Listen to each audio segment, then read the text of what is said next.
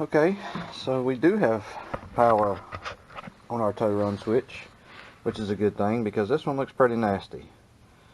I'm going to get that all cleaned up and looking good again before it goes back to the customer. Hopefully it doesn't cause them a problem in the future, but tell you what, let's hit the key switch and see what happens. Oh, the solenoid clicked. Battery meter's moving, going through its process. Since that clicked, let's check out and see if we got any movement.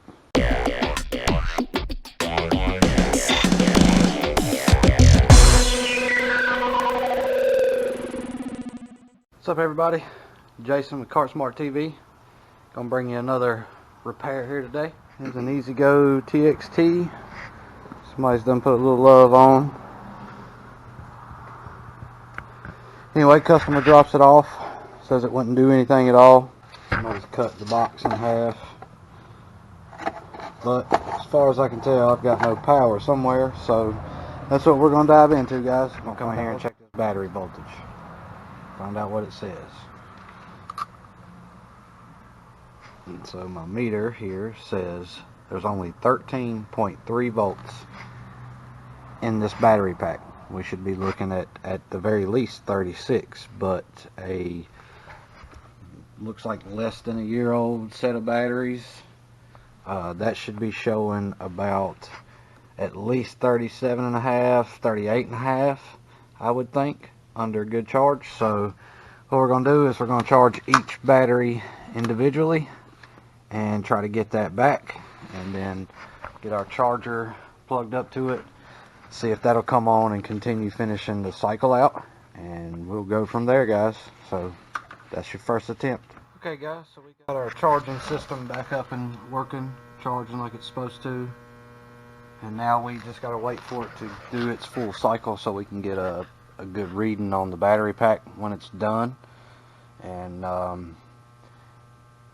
we'll check the cart and see if we've got any power from that point, because that's one of the things the customer stated, that it didn't have anything, no power, wouldn't move, wouldn't click, wouldn't do anything. So that's where we're at, and we're gonna let this charge cycle happen and check these batteries and then go from there, guys. Okay, guys, so after letting the charger do its thing,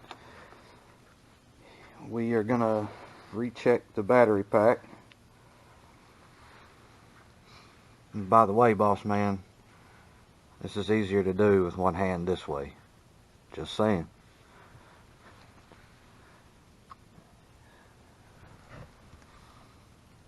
So we're looking at 39.9.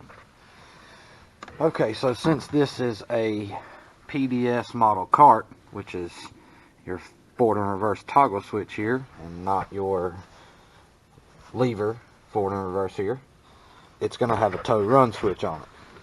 And here's the OG box that comes on them. Somebody has cut it in half, but there's your tow run hole. And so that's my next thing, to see if we got power here. Okay, so we do have power on our tow run switch, which is a good thing because this one looks pretty nasty. I'm going to get that all cleaned up and looking good again before it goes back to the customer. Hopefully it doesn't cause them a problem in the future, but tell you what, let's hit the key switch and see what happens. Oh, the solenoid clicked. There we go. So we found that, we had a dead battery pack here, and y'all watch me get it back up to par.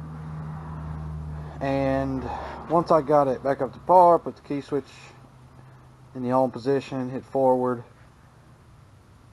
it was weird because I hit the key switch and the solenoid automatically activated.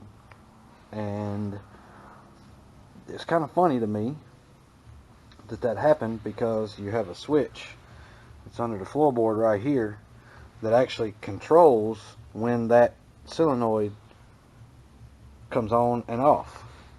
And so it was a little weird to me at first, so I was like, okay, something's not right. And then I found that it would actually move, but it was very, very slow. And come to find out, we had the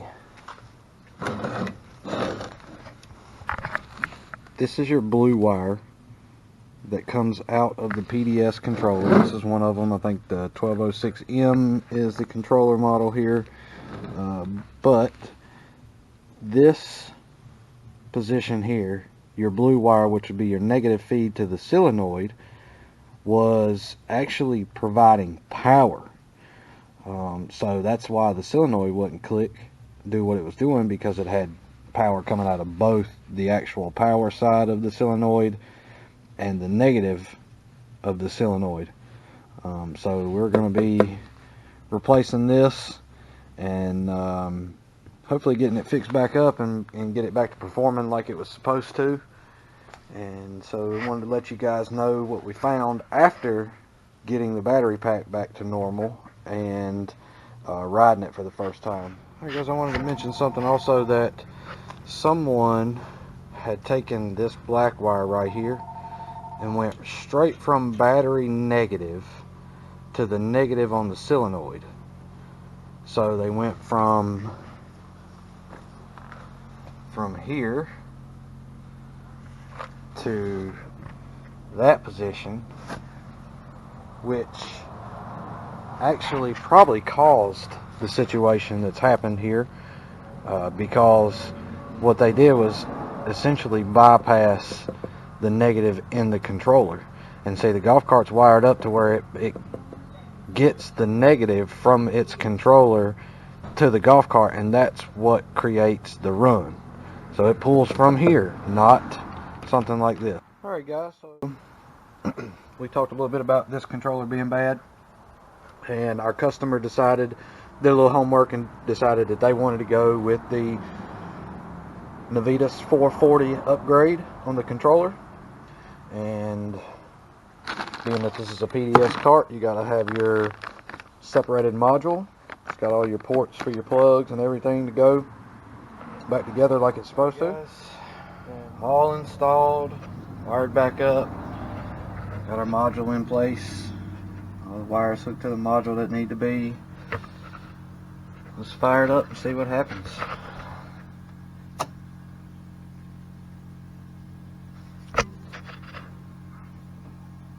Okay, got good green flashing light. Key switch is on. Solid green light. Put it in forward. Hit the pedal. There we go.